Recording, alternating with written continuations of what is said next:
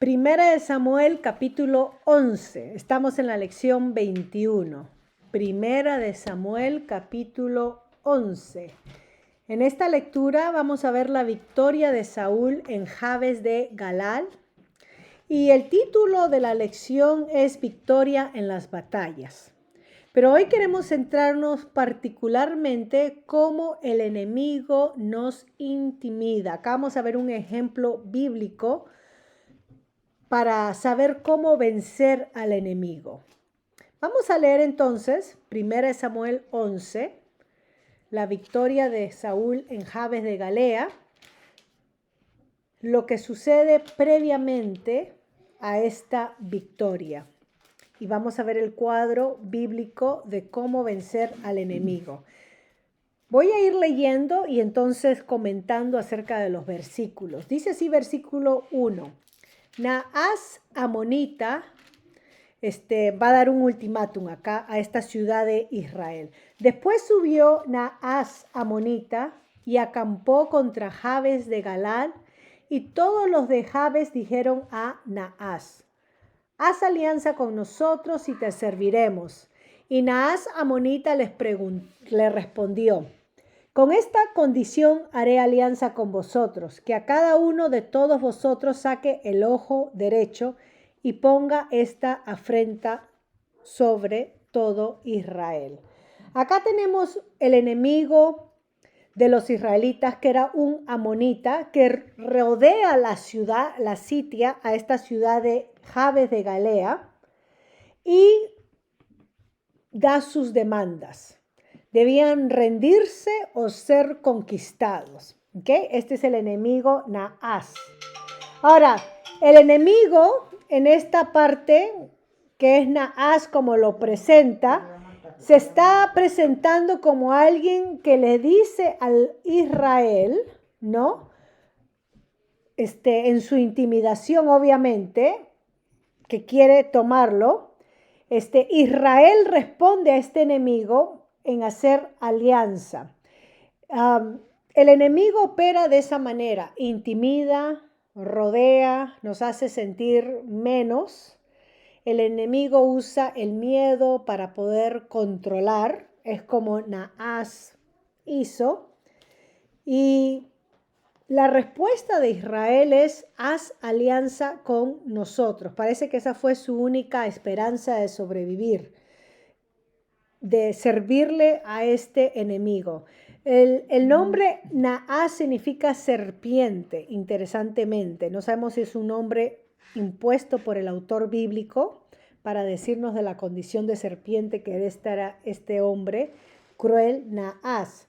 Pero bueno, el enemigo también no solamente intimida, rodea, amenaza, pero busca cómo nosotros, en este caso Israel, pueda comprometer sus valores, su fe, sus principios bíblicos, ¿no? Porque Israel termina diciendo: seremos tus siervos, haz alianza con nosotros y seremos tus siervos.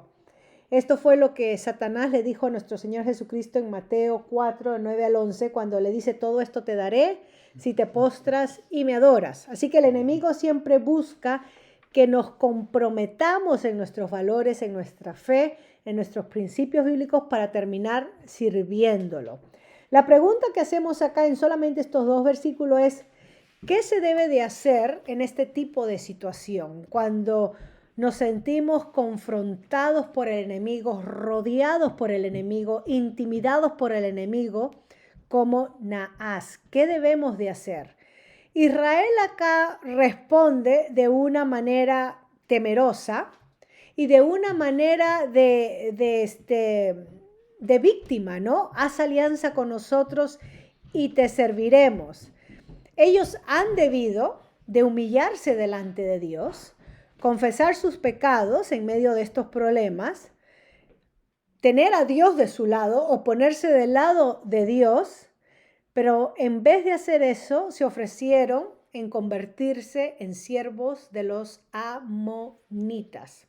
Ahora ustedes preguntarán, ¿quiénes son los amonitas? Los amonitas era esta otra tribu que estaba de la parte este del río Jordán de Israel. estaban los filisteos, que ya hemos visto que era uno de los enemigos de Israel, que estaba en la zona de la costa del Mediterráneo, en la franja esa, y los amonitas estaban opuestos a los fariseos, a los filisteos, en la parte este del Jordán. Los amonitas venían de Lot. Recuerden que Lot, sus hijas cometieron incesto con Lot y de ahí salieron los amonitas, ¿no? Como descendencia de Lot. Y los moabitas, son dos. En vez de Israel buscar a Dios y pedir la ayuda de Dios, ellos entonces vieron cómo podían convertirse en siervos de los amonitas. Y este es un efecto lamentable que nos presenta la palabra de Dios acerca del efecto del pecado. Cómo el pecado nos amarra de tal manera que nos desanima cuando vivimos una vida de fe descuidada. Cuando hay desánimo en las personas, cuando hay falta de valor, cuando hay falta de desaliento espiritual, fácilmente podemos ser conquistados por el enemigo y el pecado da su fruto porque nos desanimamos y pensamos que tengo que comprometerme en algo porque no hay manera de salir de este atajo, de este problema. Muchas veces el problema es la falta de valor para acercarnos a Dios. Queremos resolver nuestros problemas sacrificando nuestras convicciones en vez de acercarnos a Dios, confesarlo a Él. Fácilmente nos sometemos al enemigo y no debería de ser así. No deberíamos de ser fáciles en someternos al enemigo, que es un amo vil, un amo traicionero. ¿Con cuánta frecuencia nosotros repetimos esta escena? Le decimos al enemigo, haz alianza con nosotros y te serviremos. O si me sacas de esta o si el otro, en vez de regresar a Dios. Ahora, las demandas que hace Naam contra Israel no eran nada ligeras, eran costosas. Mira las amenazas que hace, las demandas que hace Naamán contra Israel. En el versículo 2, la segunda parte dice, saque el ojo derecho y ponga esta afrenta sobre todo Israel. Cada uno de todos vosotros saque el ojo derecho. En otro sentido, Naam le está pidiendo a los hombres de Jabes Galea que para llegar a un acuerdo pacífico, todos los hombres de la ciudad debían sacarse el ojo derecho. Miren la crueldad de Naamán. Al hacer esto iba a inmovilizarlos porque ningún hombre podía pelear con todas sus capacidades y fortaleza con el ojo izquierdo, ¿no? Perderían esa percepción, ¿no? en la batalla. Entonces, Naas era inteligente y sabía cómo humillar a sus enemigos, ¿okay? A estos hombres de Israel, que sean débiles, incapaces de defenderse y de defender su ciudad. No iban a poder luchar. Recuerden que las luchas antiguas eran de cuerpo a cuerpo, de hombre a hombre. Esto les ponía en una gran desventaja. En otras palabras, los inutilizaba. ¿Quieren salvar su vida? Quítense el ojo derecho. En esta historia vemos algo similitud entre Satanás, nuestro enemigo espiritual, y Naas, el enemigo de Israel en esta historia. Satanás nos ataca, pero no puede hacer nada contra nosotros sin nuestro consentimiento. Hay que convenir con él. ¿Me entiendes? Satanás pide y exige nuestra rendición. Nosotros hay que darle cabida al enemigo para que pueda entonces operar en nuestro terreno. Satanás quiere que nosotros le sirvamos. Él quiere intimidarnos de tal manera que él se vea como poderoso y absolutos y nosotros nos rindamos a él. En otras palabras, el enemigo, Satanás, quiere humillarnos para que él se sea exaltado sobre nosotros.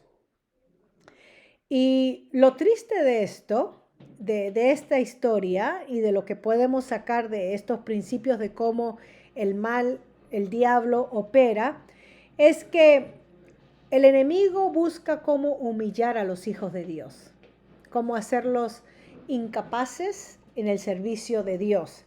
Y Satanás busca traer afrenta sobre todo el pueblo de Dios. Y es por eso que nosotros los creyentes debemos de lamentarnos cada vez que un creyente, un hijo de Dios, cae preso del enemigo y no hacer escoria o murmuración de aquello, porque le estamos dando alas o estamos en otro sentido aplaudiendo al trabajo del enemigo. Cada vez que un creyente, una persona cae en lazos del diablo o cae en pecado, nosotros no debemos de regocijarnos, ni debemos de entrar en murmuración, ni hacer escoria, porque entonces estamos aplaudiendo lo que el enemigo conquistó con ese creyente. Deberíamos de lamentarnos, porque el enemigo quiere arrebatarnos nuestra capacidad de saber cómo luchar efectivamente, así como lo hizo Anás. El enemigo Satanás quiere enceguecernos, en otras palabras, completamente o enceguecernos parcialmente para ser esclavos de él, para tenernos en sus garras. Y es por eso, interesantemente, que el nombre Naá significa serpiente o víbora. Nosotros hay veces usamos este término cuando hablamos de personas que son malintencionadas o que son chismosas o que les gusta cultivar rencillas o división. Hay veces decimos esa persona es una víbora, pero realmente estamos diciendo que la persona se está comportando como nuestro enemigo, como Satanás. Eso es lo que hace el trabajo del enemigo y es por eso que nosotros debemos de tener cuidado en no fomentar eso, ¿no? Ni regocijarnos en cualquier división o murmuración, deberíamos de más bien lamentarnos. Versículo 3 nos habla de cómo responden los ancianos o los líderes de Jabes de Galaad a Naás, a este amonita que los intimida, diciéndoles que se quiten el ojo.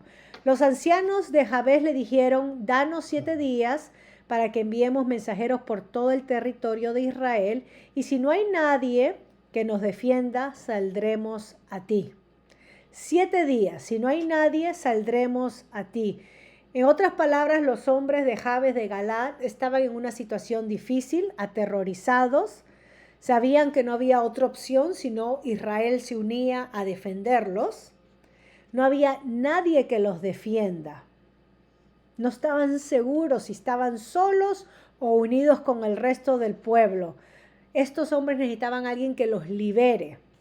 Entonces mandaron mensajeros, emisarios por todo Israel. Y esto nos dice algo interesante.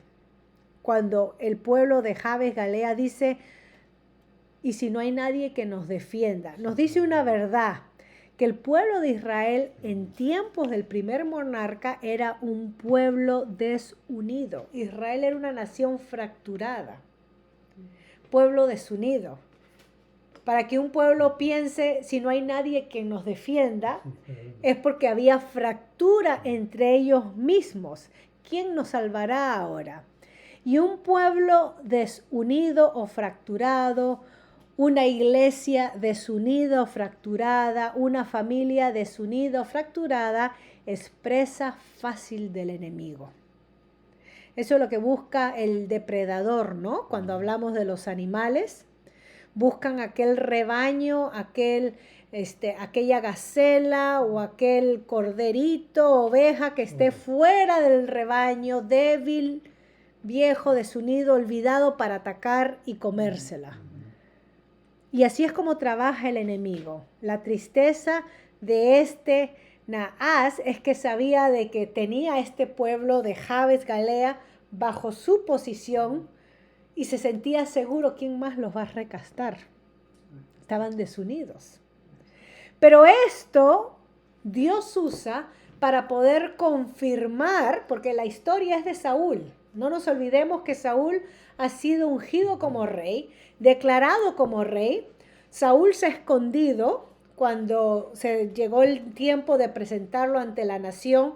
Saúl no le declaró a su tío que le dijo el profeta Samuel cuando le dijeron, no, ya encontraron la asna de mi padre. No le dijo lo que le declaró.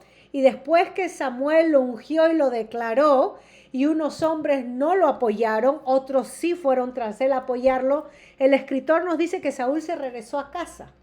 Así que ahora necesitamos un incidente o un evento que confirme y reafirme que Saúl era el hombre que Dios había puesto para unificar a Israel y defender a su pueblo.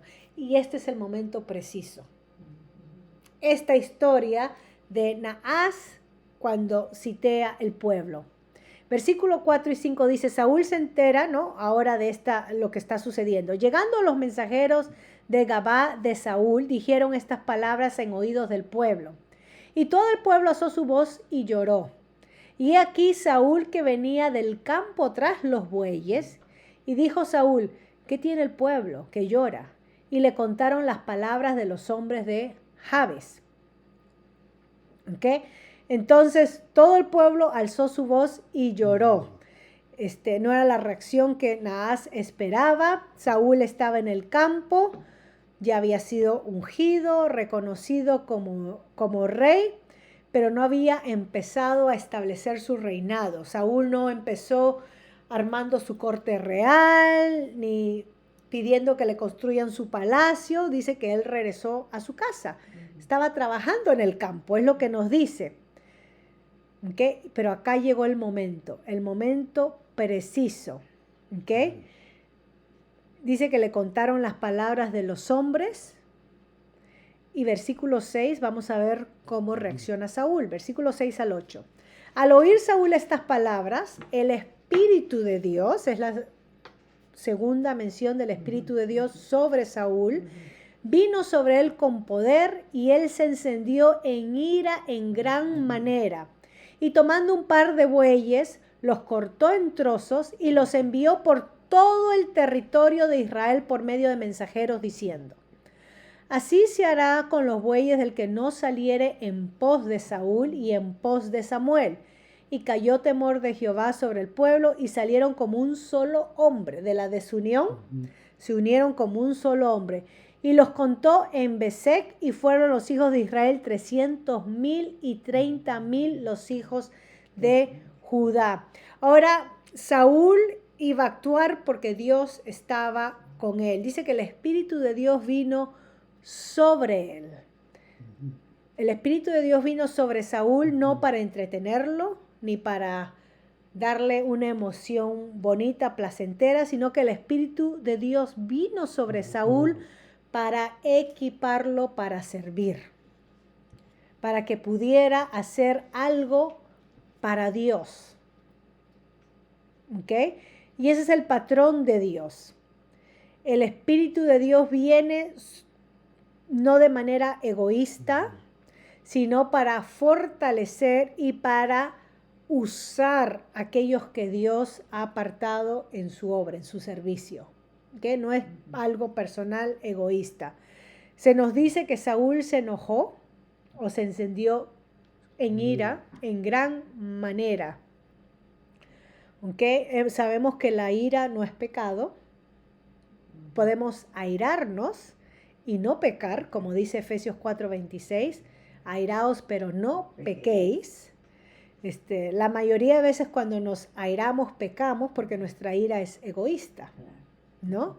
Pero acá tenemos Saúl en ira, no tanto por el daño personal que ella ha sufrido, sino por la preocupación justa del pueblo de Jabes.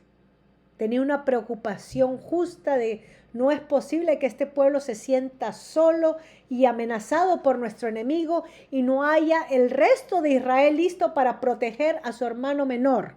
Entonces es la ira indigna cuando nosotros vemos a un matón pegándole a un inocente o a un niño y la reacción de uno propia en querer defender al indefenso, a la víctima. esa reacción natural, no por uno mismo, sino por causa del indefenso, donde venimos a ser voces por aquellos que no pueden defenderse por sí solos. Es esa ira justa y en un sentido santa que Dios pone en nosotros, que acá Saúl sintió para defender la causa de su pueblo. Y es por eso que él manda este mensaje de cortar a estos par de bueyes en pedazos. Es un estilo de amenaza a todo el pueblo, que el que no se levantaba y defendía la causa de Dios era pecado y sería castigado como pecado. Queremos decir nosotros que cuando la causa es justa y la necesidad es grande, el no hacer nada es pecado. El no actuar es pecado. Números 32, 23 nos dice que si no hacemos nada y nos quedamos inmóviles, dice, saber que vuestro pecado os alcanzará. Interesante. Acá Saúl dice, si no salen en pos de Saúl y en pos de Samuel. Saúl esperaba que Samuel, el profeta, lo acompañara en batalla. Recuerden que estaba posesionado por el Espíritu de Dios, ¿no? Y Samuel era la voz de Dios en medio de su pueblo.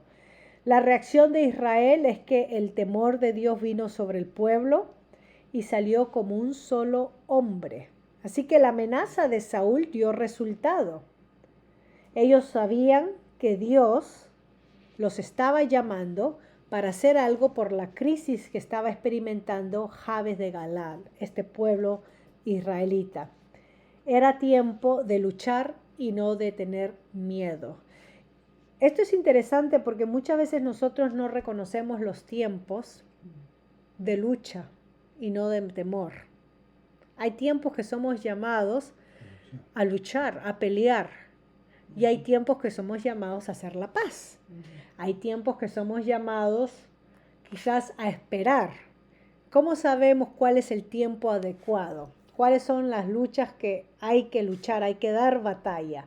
Cuando estamos enfrentándonos con el enemigo y cuando se trata de vendernos a su causa, ¿no? O sea, cuando se trata de que nuestras convicciones o la reputación de Dios está en entredichos, tenemos que actuar y luchar.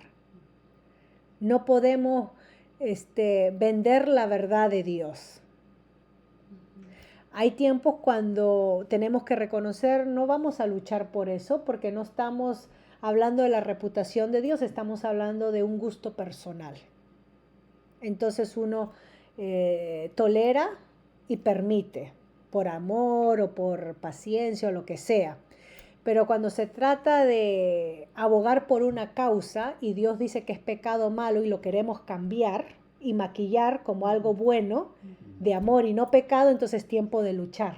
Tenemos que saber distinguir esos tiempos, que el enemigo trata de enturbarnos o engañarnos. Entonces nos peleamos por las diferencias de personalidades, pero no nos peleamos cuando se tratan causas de inmoralidad y de pecado. ¿Me entiende? Hacemos las paces en cosas que no deberíamos de hacer paces, las toleramos y nos peleamos por cositas superfluas como diferencias de carácter o de qué color vamos a poner la carpeta en el altar o lo que sea. Ahí sí nos peleamos, o si abrimos o no abrimos, o si nos vacunamos o no nos vacunamos. Ahí sí nos peleamos, cuando debería ser secundario, pero en cosas principales de nuestra fe llamamos a la tolerancia y al amor. No nos peleamos. Y es interesante, ¿no? Era tiempo de luchar y no de tener temor. Versículo 9 al 11 nos habla sobre la derrota de Naas el amonita, porque fueron entonces mensajeros que habían venido, así diréis a los de Jabes de Galaad, mañana al calentar el sol seréis librados. Israel se paró porque Israel, el líder, se enfrentó a esta causa, ¿no? Dio la voz y vinieron los mensajeros y lo anunciaron a los de Jabes, los cuales se alegraron. No van a tener que quitarse el ojo derecho o no van a tener que ser siervos a este amonita. Ustedes son parte de nuestro pueblo y vamos a pelear por ustedes. Mañana saldremos a vosotros para que hagáis con nosotros todo lo que bien os pareciere. Aconteció que el día siguiente dispuso Saúl al pueblo en 3 compañías y entraron en medio del campamento a la vigilia de la mañana e hirieron a los amonitas hasta que el día calentó y los que quedaron fueron dispersos de tal manera que no quedaron 2 de ellos juntos. Entonces acá vemos cómo fueron defendidos. Saúl se presenta como un salvador o alguien que les da esta salvación o este rescate. No se dejaron engañar ni amedrentar por Naas y el ejército entonces estaba listo para defender a los hombres. ¿Okay? Vemos de una buena estrategia militar que emplea Saúl. Antes de que comenzara la batalla empezaron a atacar. Y vemos entonces la bendición de Dios que la victoria se le da a Israel. Dice que no quedaron 2 de ellos juntos. Naas y su ejército fueron completamente derrotados y la ciudad de Jabes de Galaad fue liberada. Entonces tenemos en el versículo 12 al 3 la coronación de Saúl. Después del ungimiento de Saúl 2 veces, ahora tenemos otro ungimiento, otra coronación, otra afirmación que Saúl es el rey. Versículo 12 y 13 dice, el pueblo entonces dijo a Samuel, ¿quiénes son los que decían ha de reinar Saúl sobre nosotros? Recuerda que había un grupo que menospreció a Saúl. Danos esos hombres y los mataremos, ¿no? Ya que tienen la mano llena de sangre, terminemos con estos traicioneros que no han apoyado a nuestro rey. Y Saúl dijo, no morirá hoy ninguno porque hoy Jehová ha dado salvación en Israel. Entonces, acá vemos en este momento de gran victoria que tuvo Saúl para con Israel sobre Naán y los amoneos, vemos que sus seguidores, los partidarios, los militares, los soldados querían desenmascarar y matar a aquellos que no, vamos a terminar con esta tregua, aquellos que no habían apoyado a Saúl como rey. O sea, pedían vengarse. Vengarnos de una vez para eliminar entre nosotros a nuestros enemigos que no nos apoyan. Tenemos a Naas y a sus soldados que ya aniquilamos, a los amonitas que ya vencimos ahora en casa. ¿Dónde están aquellos para matarlos? Y Saúl responde, no morirá hoy ninguno. No era momento de venganza.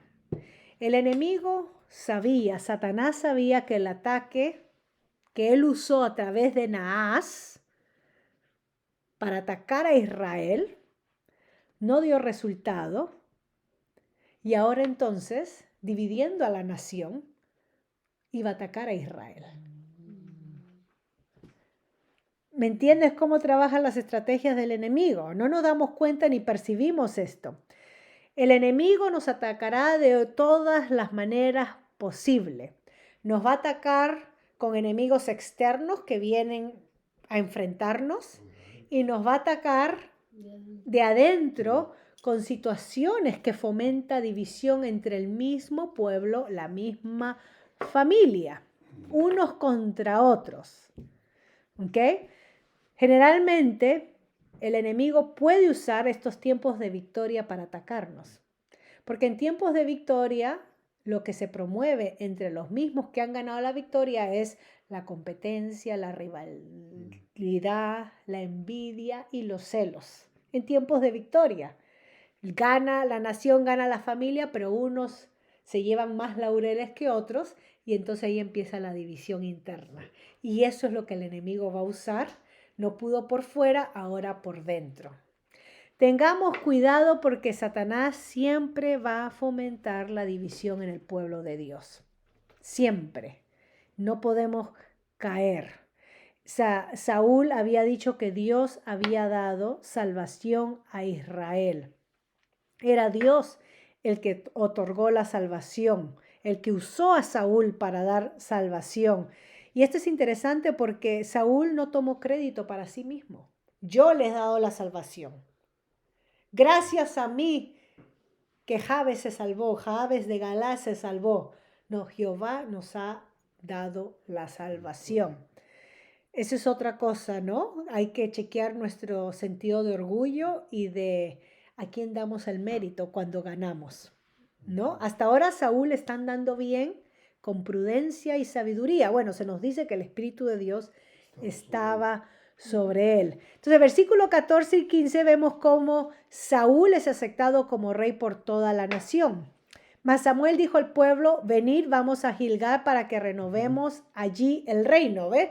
Nuevamente, parece que Saúl las primeras 2 veces no estaba muy convencido, se escondió, no estaba muy afirmado, pero ahora este es el evento que confirma que Saúl es rey. Y fue todo el pueblo a Gilgal e invistieron allí a Saúl por rey delante de Jehová en Gilgal y sacrificaron allí ofrendas de paz delante de Jehová y se alegraron mucho allí Saúl y todos los de Israel. Samuel sabía que no todo el pueblo apoyaba a Saúl, como los vimos en el capítulo 10, versículo 24 y versículo 27. Pero este tiempo de victoria era una oportunidad para renovar el reino, una estrategia también para renovar el reino. Acá Saúl pudo probar su valor para que muchos acepten su gobierno como rey, a través de esta victoria, ¿okay? Esta victoria que Dios le dio a Saúl. Ahora, sin saberlo, Dios usó a los amonitas para dar esta oportunidad que Saúl necesitaba para tomar esa iniciativa, probarse a sí mismo y dar victoria a Israel. Dios usó esa oportunidad para poder afirmar a Saúl en el reino.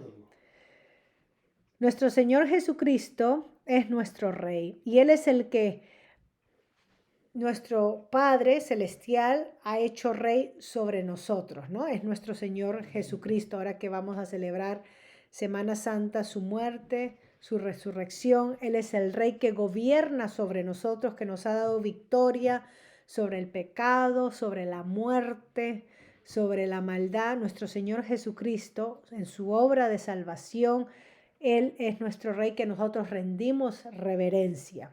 Nos consagramos a Él. Podemos renovar nuestra fe, nuestros votos en estos tiempos donde pensamos lo que Él hizo por nosotros. Dice que el pueblo se alegró con Saúl y todo Israel. Saúl ganó más que una batalla en este capítulo. Hemos visto 2 ejemplos de batallas externas y la batalla interna. La victoria externa fue algo evidente, ¿ok? Saúl derrotó a Naas y a todo su ejército.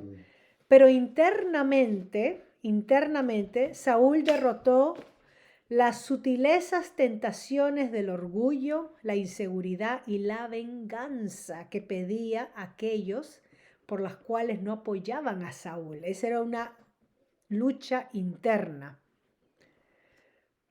Nosotros debemos de seguir peleando y ganando la batalla interna.